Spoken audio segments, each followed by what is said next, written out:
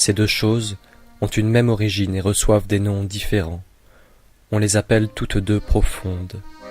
Elles sont profondes, doublement profondes.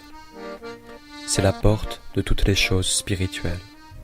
Dans le monde, lorsque tous les hommes ont su apprécier la beauté morale, alors la laideur du vice apparut. Lorsque tous les hommes ont su apprécier le bien, alors le mal apparut. C'est pourquoi l'être et le non-être naissent l'un de l'autre. Le difficile et le facile se produisent mutuellement. Le long et le court se donnent mutuellement leur forme. Le haut et le bas montrent mutuellement leur inégalité. Les tons et la voix s'accordent mutuellement. L'antériorité et la postérité sont la conséquence l'une de l'autre. De là vient que le saint homme fait son occupation du non-agir. Il fait consister ses instructions dans le silence. Alors, tous les êtres se mettent en mouvement, et il ne leur refuse rien. Il les produit et ne se les approprie pas. Il les perfectionne et ne compte pas sur eux. Ses mérites étant accomplis, il ne s'y attache pas.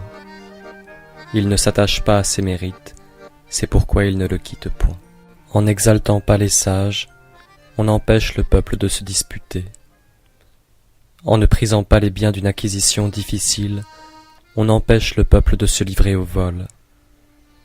En ne regardant point des objets propres à exciter des désirs, on empêche que le cœur du peuple ne se trouble. C'est pourquoi, lorsque le saint homme gouverne, il vide son cœur, il remplit son ventre, son intérieur, il affaiblit sa volonté, et il fortifie ses os. Le saint n'accumule pas les richesses. Plus il emploie sa vertu dans l'intérêt des hommes, et plus elle augmente. Plus il donne aux hommes, et plus il s'enrichit. Telle est la voie du ciel, qu'il est utile aux êtres et ne leur nuit point. Telle est la voie du saint, qu'il agit et ne dispute point.